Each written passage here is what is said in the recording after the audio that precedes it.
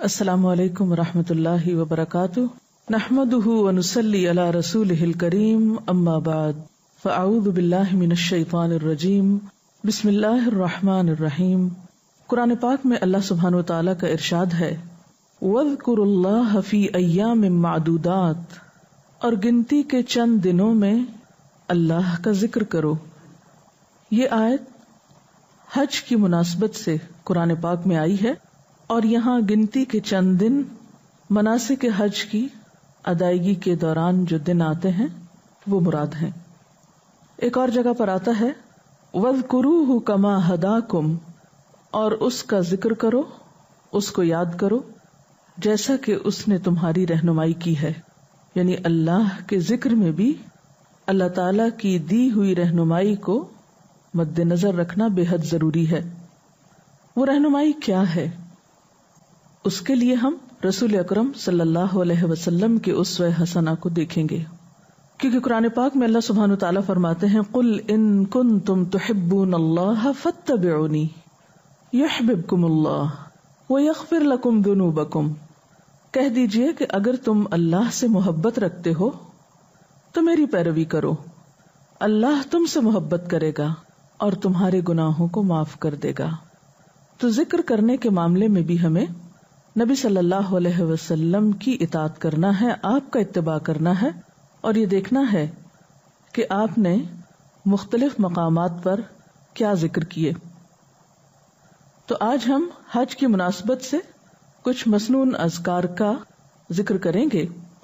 سب سے پہلے تو جو شخص گھر سے جا رہا ہو، یعنی حاجی جو حج کرنے کا ارادہ رکھتا ہو، جب گھر سے جانے لگے تو گھر والوں کے لیے دعا کرے۔ قدرتی بات ہے، جب انسان اپنے گھر والوں سے جدا ہوتا ہے تو ان کی فکر بھی ہوتی ہے اور ایک اداسی بھی ہوتی ہے، تو ایسے موقع پر ذکر سکھایا گیا۔ ابن ماجہ کی روایت میں آتا ہے استودعکم اللہ الذی لا تضیع ودائعہ، ترجمہ ہے اس دعا کا، میں تمہیں اللہ کے سپرد کرتا ہوں جس کے پاس رکھی گئی امانتیں سلامت رہتی ہیں۔ یعنی گھر والوں کو انسان اللہ کے سپرد کر کے روانہ ہو تاکہ اسے بار بار پیچھے کی فکر نہ ہو۔ پھر گھر والوں کے لیے بھی آتا ہے کہ وہ بھی جانے والے کو دعا دیں۔ وہ کیا کہیں؟ ترمذی کی روایت میں آتا ہے استودع اللہ دینک و امانتک و خواتیم عملک، میں تمہارا دین، امانت اور آخری عمل اللہ کی حفاظت میں دیتا ہوں۔ یعنی جاتے ہوئے تمہیں یہ دعا دیتا ہوں کہ تم اللہ کی حفاظت میں رہو، اپنے دین، امانت اور اعمال کی سلامتی کے ساتھ۔ جب گھر سے نکلے تو یوں کہے، ابو داؤد کی روایت ہے بسم اللہ توکلت علی اللہ لا حول ولا قوت الا باللہ، اللہ کے نام کے ساتھ میں نے اللہ پر توکل کیا، نہ کسی کو نیکی کرنے کی قوت ہے اور نہ برائی سے بچنے کی طاقت ہے مگر اللہ کی توفیق سے۔ اور یہاں پر آپ دیکھ رہے ہیں کہ نکلتے وقت اللہ کے بھروسے پر نکلا جا رہا ہے، بسم اللہ، اللہ کے نام کے ساتھ، اس کی مدد کے ساتھ، توکلت علی اللہ، میں اللہ پہ بھروسہ کرتا ہوں۔ کس معاملے میں؟ کہ میرا یہ سفر بخیر گزرے۔ پھر اسی طرح ایک اور دعا بھی ہے، مشکات کی روایت ہے اللہم انی اعوذ بک ان اضل او اضل او اظلم او اظلم او اجہل او یجہل علی، یا اللہ میں تیری پناہ مانگتا ہوں اس بات سے کہ میں گمراہی اختیار کروں یا کوئی مجھے گمراہ کرے، میں کسی پر ظلم کروں یا کوئی مجھ پر ظلم کرے، میں کسی کے ساتھ نادانی سے پیش آؤں یا کوئی میرے ساتھ نادانی سے پیش آئے۔ کیونکہ جب انسان گھر سے باہر ہوتا ہے تو اسے طرح طرح کے حالات اور واقعات کا سامنا کرنا پڑتا ہے، اور بسا اوقات انسان مشکلات کا شکار بھی ہو جاتا ہے۔ تو یہ دعا بھی حفاظت کی دعا ہے۔ پھر سواری پر بیٹھتے وقت، خواہ گاڑی ہو، جہاز ہو، جب ایک انسان سواری کے لیے رکاب پر پاؤں رکھے یا سیڑھی پر قدم رکھے یا گاڑی کے اندر پاؤں رکھے تو اس کی ابتدا بسم اللہ سے کرے۔ پھر 3 مرتبہ الحمدللہ کہے، یعنی اللہ کا شکر بجا لائے۔ 3 مرتبہ اللہ اکبر، اللہ کی بڑائی بیان کرے۔ پھر جب سواری پر بیٹھ جائے تو سبحان الذی سخر لنا ھذا وما كنا له مقرنین وإنا إلى ربنا لمنقلبون، یہ دعا پڑھے۔ اس کا ترجمہ ہے، پاک ہے وہ ذات جس نے اس سواری کو ہمارے لیے مسخر کر دیا، حالانکہ ہم اس کو قابو میں نہیں لا سکتے تھے۔ مثلا اگر آپ جہاز پر بیٹھے ہیں تو جہاز کی وسعت اور جہاز کا حال حلیہ دیکھ کر انسان بعض اوقات سوچتا ہے کہ کس طرح یہ زمین سے اتنی بوجھل چیز اٹھے گی اور کس طرح فضا میں اڑ کر پھر ہمیں منزل مقصود تک پہنچائے گی۔ اور عموماً جہاز میں بیٹھنے والے کسی نہ کسی پریشانی کا ضرور شکار ہوتے ہیں، اور یہ خیال دل میں ضرور آتا ہے کہ ہم خیریت سے مقام پر پہنچ جائیں، منزل تک۔ تو بہرحال اس وقت انسان اللہ تعالیٰ کی تسبیح بیان کرے، اس کی عظمت بیان کرے کہ پاک ہے وہ ذات جس نے اسے ہمارے لیے مسخر کر دیا، ہمارے بس میں نہ تھا کہ ہم اس کو قابو میں لاتے، بے شک ہم اپنے رب کی طرف لوٹنے والے۔ اچھا، سفر ایک ایسی چیز ہوتی ہے کہ جس میں انسان کو موت ضرور یاد آتی، یہ خیال دل میں ضرور آتا ہے کہ پتہ نہیں واپس بھی آتے ہیں کہ نہیں، خدا نخواستہ کوئی ایسا حادثہ یا کوئی ایسی چیز نہ پیش آ جائے کہ جس سے واپس لوٹنا مشکل ہو۔ تو اس موقع پر یہ دعا کہ ہم اپنے رب کی طرف پلٹنے والے ہیں، کہ جس طرح آج اس گھر کو عارضی طور پر چھوڑ کر جا رہے ہیں، ایک دن آئے گا کہ ہم اس گھر کو ہمیشہ کے لیے چھوڑ جائیں گے، اور بندہ مومن کے دل میں آخرت کا احساس اور اپنے رب کی طرف واپس پلٹنے کا احساس ہمیشہ تازہ رہنا چاہیے۔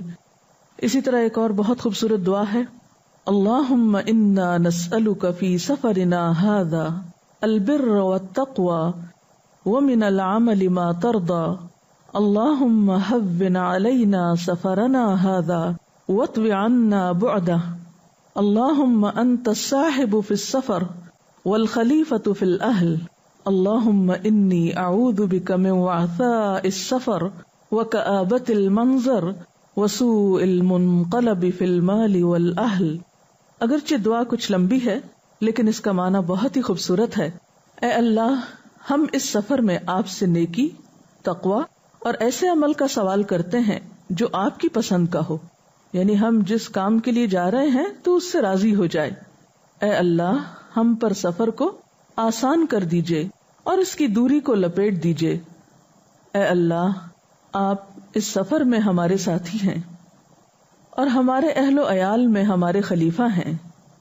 اے اللہ، میں سفر کی تکلیف سے، برے منظر سے اور اپنے اہل و عیال میں بری حالت کے ساتھ واپس آنے سے آپ کی پناہ طلب کرتا ہوں، یعنی راستے میں بھی سلامتی رہے اور پیچھے اہل و عیال بھی خیر عافیت سے رہیں۔ یہ دو چیزیں، یہ دو فکریں ہوتی ہیں انسان کو گھر سے نکلنے پر، اور اس دعا میں یہ دونوں باتیں بہت خوبصورتی کے ساتھ جمع کر دی گئی ہیں۔ اسی طرح انسان جب سفر کے دوران میقات پر پہنچ کر عمرے کی نیت کرے تو اللہم لبیک بالعمرہ کہہ کر دعا مانگے، میں حاضر ہوتا ہوں اے اللہ، میں عمرے کے لیے حاضر ہوتا ہوں۔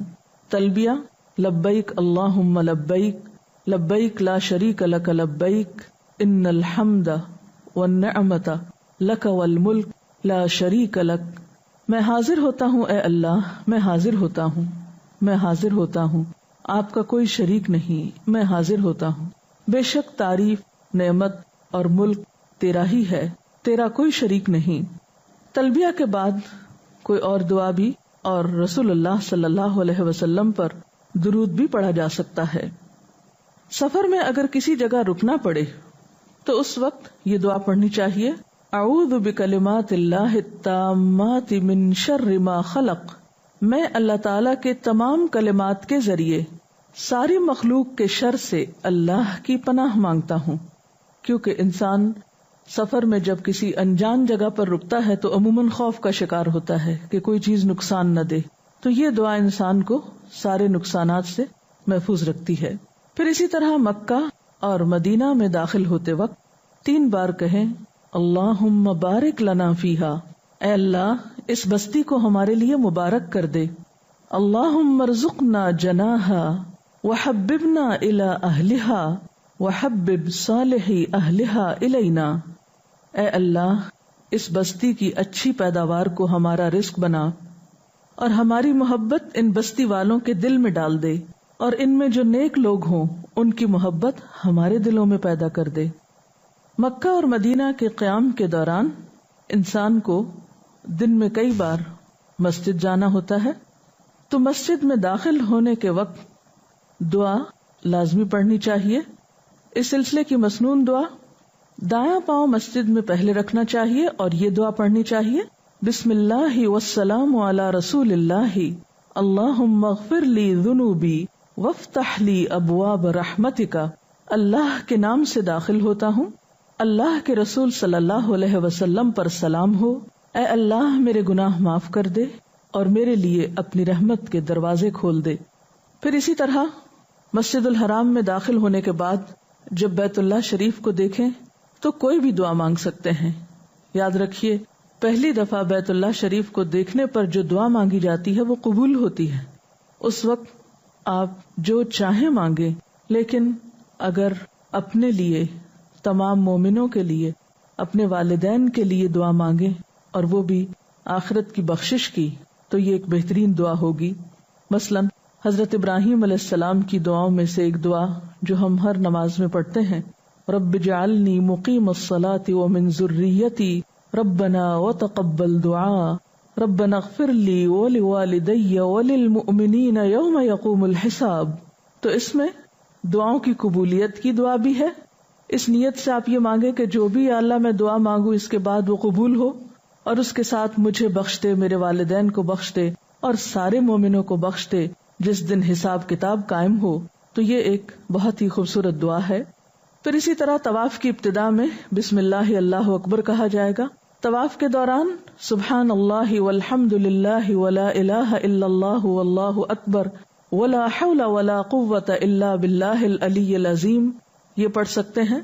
پاک ہے اللہ اور سب تعریف اللہ کے لیے ہے، اور اللہ کے سوا کوئی الہ نہیں، اللہ سب سے بڑا ہے، کوئی طاقت اللہ کے سوا انسان کو فائدہ نہیں دے سکتی۔ رکن یمانی اور حجر اسود کے درمیان اللہم انی اسألک العفو والعافیۃ فی الدنیا والآخرہ ربنا آتنا فی الدنیا حسنۃ وفی الآخرۃ حسنہ وقنا عذاب النار۔ یہ دعا پڑھی جا سکتی ہے، یہ مسنون دعا ہے۔ اس کا ترجمہ ہے، اے اللہ میں تجھ سے درگزر اور عافیت کا سوال کرتا ہوں دنیا اور آخرت میں۔ اے ہمارے رب ہمیں دنیا میں بھلائی عطا فرما اور آخرت میں بھی بھلائی عطا فرما اور ہمیں آگ کے عذاب سے بچا۔ طواف کے ہر چکر کی الگ دعا سنت سے ثابت نہیں، اس دوران آپ کوئی بھی دعا پڑھ سکتے ہیں، ضروری نہیں کہ آپ کتاب کھول کر پڑھیں، جو بھی آپ کے دل میں ہے۔ یاد رکھیے، دعا میں جتنا خلوص ہوگا، جتنا خشوع و خضوع ہوگا، اتنی ہی وہ دعا زیادہ بہترین ہوگی، کیونکہ حدیث میں آتا ہے اللہ تعالیٰ غافل دل کی دعا نہیں سنتے۔ تو ایسا نہ ہو کہ ہمارا دھیان کہیں اور ہو، یا ہم صحیح طور پر کتاب سے کچھ پڑھ نہ پا رہے ہوں اور دعا میں وہ یکسوئی نہ ہو۔ تو اس سے بہتر ہے کہ اپنی زبان میں دعا مانگ لیجئے، لیکن دعا میں خلوص اور خشوع و خضوع اور توجہ بے حد ضروری ہے۔ اسی طرح زمزم پیتے ہوئے بسم اللہ پڑھ کر پیئے، خوب پیٹ بھر کر پیئے۔ زمزم سے پہلے دعا قبول ہوتی ہے۔ حضرت ابن عباس یہ دعا مانگا کرتے تھے، اللہم انی اسألک علما نافعا ورزقا واسعا وشفاء من کل داء۔ اے اللہ میں تجھ سے نفع پہنچانے والا علم اور فراخ روزی اور ہر بیماری سے شفا کا سوال کرتا ہوں۔ پھر مقام ابراہیم کی طرف جاتے ہوئے واتخذوا من مقام ابراہیم مصلی پڑھ لیجئے اور مقام ابراہیم کو نماز کی جگہ بنا لو۔ پھر سعی کے لیے جاتے ہوئے ان الصفا والمروۃ من شعائر اللہ ابدأ بما بدأ اللہ بہ۔ بے شک صفا و مروہ اللہ کی نشانیوں میں سے ہیں، میں سعی کی ابتدا اسی پہاڑی سے کرتا ہوں جس کا ذکر اللہ نے پہلے کیا یا جس سے اللہ تعالیٰ نے ابتدا کی۔ صفا سے سعی کا آغاز کرتے ہوئے لا الہ الا اللہ وحدہ لا شریک لہ لہ الملک ولہ الحمد وہو علی کل شیء قدیر لا الہ الا اللہ وحدہ انجز وعدہ ونصر عبدہ وہزم الاحزاب وحدہ۔ اللہ کے سوا کوئی الہ نہیں، وہ اکیلا ہے، اس کا کوئی شریک نہیں، بادشاہی اور حمد اسی کے لیے ہے اور وہ ہر چیز پر قادر ہے۔ اللہ کے سوا کوئی الہ نہیں، وہ اکیلا ہے، اس نے اپنا وعدہ پورا کیا، اپنے بندے کی مدد فرمائی اور تمام لشکروں کو تنہا شکست دی۔ عرفات کی طرف جاتے ہوئے، جیسا کہ آپ جانتے ہیں کہ میدان عرفات قبولیت دعا کی بہترین جگہ ہے۔ یوم عرفہ قبولیت کا دن ہے، اور میدان عرفات میں مانگی جانے والی دعا ترمذی کی روایت میں لا الہ الا اللہ وحدہ لا شریک لہ لہ الملک ولہ الحمد وہو علی کل شیء قدیر ہے۔ اس کے علاوہ جو چاہیں آپ مانگ سکتے ہیں۔ یاد رکھیے اس روز سب سے زیادہ انسانوں کی گردنیں جہنم سے نجات پاتی ہیں یا چھڑا لی جاتی ہیں۔ اللہ تعالیٰ اپنے بندوں پر خاص رحمت فرماتا ہے، اس لیے اس دن کو زیادہ سے زیادہ دعاؤں میں گزاریے اور اللہ کے ذکر میں۔ اور اس دعا میں آپ دیکھیے کہ بظاہر مانگا کچھ بھی نہیں گیا، صرف اللہ تعالیٰ کی تعریف بیان کی گئی، اللہ تعالیٰ کی وحدانیت بیان کی گئی ہے، صرف اللہ کی توحید کا ذکر ہے، اس کی قدرت کا ذکر ہے، اس کی تعریف ہے۔ بندہ جب اللہ کے قریب ہوتا ہے تو اللہ تو دل کی باتیں بھی جانتا ہے۔ وہ بظاہر زبان سے اگر کچھ مانگ نہیں سکتا اور صرف اس کے ذکر میں مشغول رہتا ہے اور سب سے پسندیدہ ترین چیز اس کی توحید کا اعلان کرتا ہے تو یہی چیز اس کی نجات کا ذریعہ بن جاتی ہے۔ پھر جمرات کو کنکری مارتے ہوئے ہر کنکری کے ساتھ اللہ اکبر پڑھنا چاہیے۔ مسجد نبوی کی زیارت کے لیے جب آپ مدینہ جائیں تو اس وقت مدینہ منورہ میں داخل ہوتے وقت وہی دعا پڑھیں جو مکہ میں داخل ہوتے وقت آپ نے پڑھی۔ پھر جب آپ مسجد میں داخل ہوں تو وہی دعا پڑھیں جو آپ نے مسجد حرام میں داخل ہوتے وقت پڑھی۔ پھر حجرہ مبارک کی طرف رخ کریں اور نبی صلی اللہ علیہ وسلم پر سلام کہیں، السلام علیک یا رسول اللہ صلی اللہ علیہ وسلم۔ پھر حضرت ابو بکر صدیق رضی اللہ تعالی عنہ کے لیے سلام کہیں، السلام علیک یا ابا بکر صدیق، اے ابو بکر صدیق آپ پر سلامتی ہو۔ پھر حضرت عمر رضی اللہ تعالی عنہ کے لیے سلام کہیں، السلام علیک یا عمر الفاروق، اے عمر فاروق رضی اللہ تعالی عنہ آپ پر سلام ہو۔ اس کے علاوہ مسجد میں اور مسجد کے باہر کثرت کے ساتھ درود شریف پڑھیے۔ بہترین درود درود ابراہیمی ہے جو نبی صلی اللہ علیہ وسلم نے خود سکھایا ہے۔ اللہم صلی علی محمد وعلی آل محمد کما صلیت علی ابراہیم وعلی آل ابراہیم انک حمید مجید۔ اللہم بارک علی محمد وعلی آل محمد کما بارکت علی ابراہیم وعلی آل ابراہیم انک حمید مجید۔ جو شخص ایک بار نبی صلی اللہ علیہ وسلم پر درود بھیجتا ہے اللہ تعالیٰ اس پر 10 رحمتیں بھیجتا ہے۔ اس لیے سب سے بڑا بخیل وہ ہے جو درود شریف پڑھنے میں بخل سے کام لے، تو کثرت کے ساتھ درود شریف پڑھتے رہیے۔ السلام علیکم اہل الدیار من المؤمنین والمسلمین وإنا ان شاء اللہ بکم للاحقون نسأل اللہ لنا ولکم العافیہ۔ اے اس گھر کے رہنے والے مومنوں اور مسلمانوں، تم پر سلامتی ہو، ہم بھی انشاءاللہ تمہارے پاس آنے والے ہیں، ہم اللہ سے اپنی اور تم سب کے لیے عافیت مانگتے ہیں۔ سفر سے واپسی پر آئبونا تائبونا عابدونا لربنا حامدونا پڑھیے۔ ہم لوٹنے والے ہیں، یعنی اب واپسی کا سفر ہے، توبہ کرنے والے ہیں، عبادت کرنے والے ہیں، اپنے رب کی حمد کرنے والے ہیں۔ ایک اور دعا ہے، اوبن اوبن لربنا توبن لا یغادر علینا حوبن۔ پلٹنے والے ہیں، پلٹنے والے ہیں، اور ہم اپنے رب ہی کے حضور توبہ کرتے ہیں، ایسی توبہ جو ہم پر گناہ کا کوئی اثر باقی نہ رہنے دے۔ اس سلسلے میں اگر کوئی سوال ہو آپ کے ذہن میں تو آپ کر سکتے ہیں۔ میم یہ جو اتنی ساری دعائیں ہیں، اگر کسی کو اتنی ساری دعائیں عربی میں یاد نہ ہو تو وہ کس طرح ان کو یاد کرے، یا اردو میں مانگ سکتا ہے یا اپنی زبان میں؟ ایسا ہے کہ یہ دعائیں مانگنا افضل تو ہے کیونکہ نبی صلی اللہ علیہ وسلم کے الفاظ ہیں، آپ کا طریقہ ہے، لیکن بسا اوقات ہمارا حافظہ اتنا نہیں ہوتا کہ ہم سب یہ زبانی یاد کر سکے، بعض اوقات عین موقع پر بھول جاتا ہے، تو ایسی صورت میں آپ اپنی زبان میں بھی دعا مانگ سکتے ہیں۔ اگر آپ ان دعاؤں کو مختصر انداز میں اپنے پاس لکھ لیں، تو جہاں جہاں موقع ہو وہاں یاد دہانی کے لیے آپ ان لکھے ہوئے کاغذات کو پڑھ بھی سکتے ہیں، اور اس طرح بار بار ایک دعا مانگنے سے انشاءاللہ آپ کو زبانی یاد بھی ہو جائے گی. اور جہاں تک زبانی یاد کرنے کا تعلق ہے تو اس سلسلے میں آپ جتنی زیادہ تکرار سے کام لیں گے، جتنا زیادہ آپ مانگیں گے، اتنا ہی یہ چیزیں آپ کے لیے آسان ہو جائیں گی اور آپ کی عادت کا حصہ ہو جائیں گی. لیکن پھر بھی اگر مشکل ہو تو فرض کے درجے میں بہرحال نہیں ہے. آنٹی، حج مبرور سے کیا مراد ہے؟ حج مبرور سے مراد وہ حج ہے جو سنت طریقے پر کیا جائے اور اس میں کوئی گناہ کا کام نہ کیا جائے، اور اتنے شوق اور ذوق سے کیا جائے کہ اللہ تعالیٰ کو پسند بھی آ جائے، جس میں زیادہ سے زیادہ نیکی کی جائے. ٹھیک ہے؟ ہم لوگ کو حج کے دوران لبیک اللہم لبیک کیوں کہنا چاہیے؟ اللہ تعالیٰ نے حضرت ابراہیم علیہ السلام کو حکم دیا تھا کہ آپ لوگوں کو حج کرنے کے لیے بلائیں. وَأَذِّن فِي النَّاسِ بِالْحَجِّ. جب آپ نے اللہ تعالیٰ کا گھر بنا لیا تھا تو پھر اللہ تعالیٰ کے حکم سے انہوں نے سب لوگوں کو حج کی دعوت دی تھی کہ آؤ اس گھر کی اب زیارت.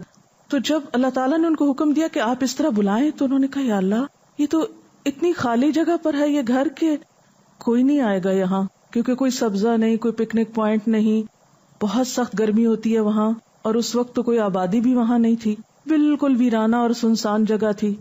تو انہیں پریشانی ہوئی کہ کون آئے گا. تو اللہ تعالیٰ نے فرمایا کہ نہیں، لوگ آئیں گے، آپ بلائیں تو صحیح. دور دراز جگہوں سے آئیں گے، شوق سے آئیں گے. تو پھر کیا ہوا؟ انہوں نے پکارا اور لوگوں نے اس پر لبیک کہا. لبیک کا مطلب ہوتا ہے ہم حاضر ہیں، ہم آ رہے ہیں، ہم آئیں گے. اور جب حج شروع ہوتا ہے، جو ہی ہم احرام پہنتے ہیں تو ساتھ ہی ہم کہتے ہیں لبیک، میں حاضر ہو گیا، میں آ رہا ہوں. اللہ تعالیٰ آپ نے بلایا، حضرت ابراہیم علیہ السلام نے ہمیں پکارا، اور نبی صلی اللہ علیہ وسلم نے ہمیں اس پر عمل کر کے دکھایا، تو ہم بھی پورے ذوق، شوق اور محبت کے ساتھ آ رہے ہیں. اس لیے کہتے ہیں. پوچھنا چاہوں گی کہ یہ بات درست ہے کہ یوم عرفہ جو عرفات کا دن ہے، اصل حج وہی ہے؟ یعنی اگر کوئی عرفات کے دن حاضر ہو جاتا ہے تو اس کا حج ہو جائے گا؟ جی، اس لیے کہ نبی صلی اللہ علیہ وسلم نے فرمایا ہے الحج عرفہ، حج عرفات میں حاضری کا نام ہے، اور عرفات میں حاضری کے بغیر حج نہیں ہوتا. یعنی اگر کسی شخص نے باقی سارے کام کر لیے اور عرفات میں حاضر نہیں ہوا، جیسے اہل عرب جاہلیت میں کیا کرتے تھے کہ وہ اپنے لیے یہ ضروری نہیں سمجھتے تھے، یعنی خصوصاً قریش مکہ، کہ وہ عرفات تک جائیں. وہ سمجھتے تھے کہ باقی لوگوں کا وہاں جانا ضروری، ہمارا جانا ضروری نہیں. تو آپ صلی اللہ علیہ وسلم نے اس کی تاکید کی، اور وہ بھی زوال آفتاب کے بعد، یعنی جب سورج ڈھل جائے تو عرفہ میں حاضر ہونا ضروری ہے. لیکن اس کے ساتھ حج کا دوسرا رکن اعظم یعنی طواف زیارہ جو ہے وہ بھی ضروری ہے، تب حج مکمل ہوتا ہے.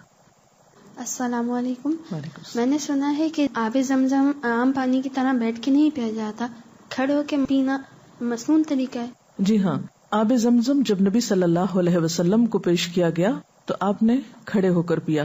تو آپ ہی کی سنت کا اتباع کرتے ہوئے سب لوگ کھڑے ہو کر پیتے ہیں، اور کھڑے ہو کر پینا افضل سمجھتے ہیں. بیٹھ کر بھی پیا جا سکتا ہے، لیکن چونکہ نبی صلی اللہ علیہ وسلم نے حج کے موقع پر کھڑے ہو کر پیا تو اس لیے آپ کی پیروی میں کھڑے ہونا زیادہ بہتر ہے. ڈاکٹر صاحب، اگر کسی مجبوری کے تحت کسی خاتون کا طواف زیارت رہ جائے تو کیا اس کا حج مکمل ہو جائے گا؟ دیکھیے، طواف زیارت تو اہم ترین رکن ہے حج کا، اس کے کیے بغیر حج نہیں مکمل ہوتا. مجبوری گزرنے کے بعد اسے طواف کرنا چاہیے. السلام علیکم. مجھے یہ پوچھنا تھا کہ زمزم میں جو کفن بھگو کر لاتے ہیں وہاں سے، تو کیا یہ مسنون ہے؟ نبی صلی اللہ علیہ وسلم کی سنت سے ایسی کوئی چیز ثابت نہیں ہے، تو آپ صلی اللہ علیہ وسلم یا صحابہ کرام نے تو ایسا کوئی عمل نہیں کیا. اور ویسے بھی اگر دیکھا جائے تو پانی تو کپڑے کے خشک ہونے پر سب اڑ جاتا ہے، اس میں رہتا تو نہیں ہے. مدینہ منورہ میں درود شریف کے علاوہ اور کون سی دعا مانگی جا سکتی ہے؟ مدینہ منورہ میں درود شریف کے علاوہ تمام مسنون دعائیں مانگ سکتے ہیں آپ، لیکن اگر آپ کو وہ دعائیں یاد نہ ہوں اور آپ صرف درود شریف بھی پڑھنا چاہیں تو یہ بھی کافی ہو جائے گا. یعنی درود شریف بذات خود اتنی بڑی دعا ہے، اتنی زیادہ سعادت کی چیز ہے کہ اگر کوئی انسان کچھ اور نہیں مانگ سکتا اور وہ صرف درود پڑھتا رہتا ہے تو انشاءاللہ اس کی ساری حاجات پوری ہوں گی. السلام علیکم ورحمۃ اللہ وبرکاتہ.